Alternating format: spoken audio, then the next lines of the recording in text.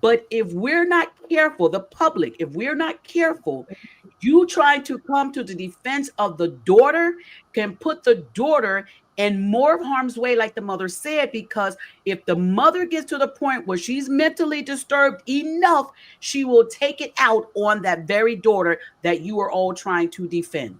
100%. Because her care in this post that we saw is to protect herself and her pastor. Mm-hmm.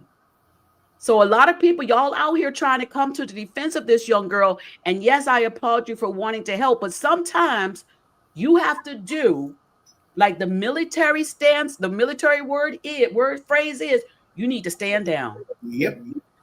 Stand down, because this young girl could be in a lot more harm's way if the pastor may say, oh, it's because of you all these people are coming to my church, they disturbing us. Mm-hmm. Is you brought this to the church, we Mm-hmm. didn't do it, you did it. They may focus on putting the blame on her. Mm-hmm. And like the mother said, this is what I've been taught. There it is. Mm-hmm. Yep. That's her belief. Yep. And this is the fear of social media in Yes. a culture of cancel culture. Mm-hmm. And taking on causes. First of all, this was not a cause.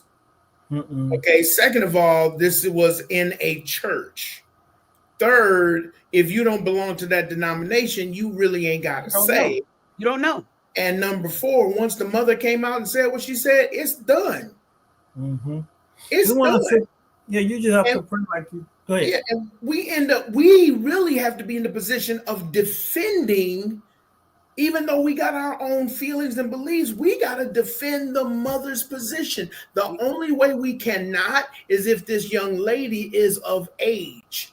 Right. And I don't know if she is. Pastor Lorenzo, you were saying something?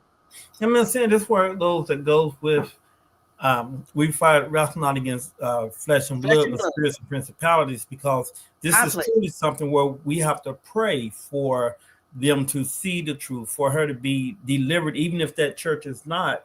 And you know, scripturally speaking, because I'm trying to really stay on the spiritual lane and not say, this is the, I'm trying to say this. You gave that to me, Pastor. You gave that to me. listen. You got Peter here. Come on out. You ain't listen. You ain't got it. You just be you. I got you. I'm listening.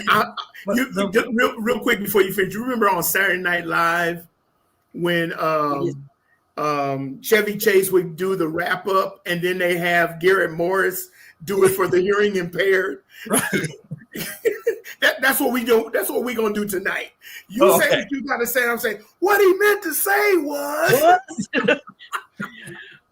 Listen, Pastor Lorenzo, I know you want to stay on the biblical term, but listen, even Peter drew his sword. Mm-hmm. Even Peter drew his sword one good time. Because go ahead. We have to understand that there are a lot of people out there that's following people for the wrong reason, and because that's what they've been taught and been raised and trained up to do.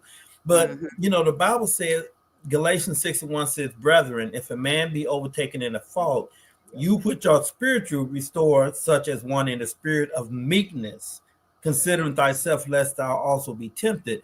Now, I didn't see no meekness. I didn't see nothing spirit or none of that. So the problem I have with it is that there are so many people that's not mature in Christ, and they see this and they think, oh, that's the way it's supposed to be, because from a blind side, you're looking at it, they look like they all uniform. It looks like, oh, they all in order.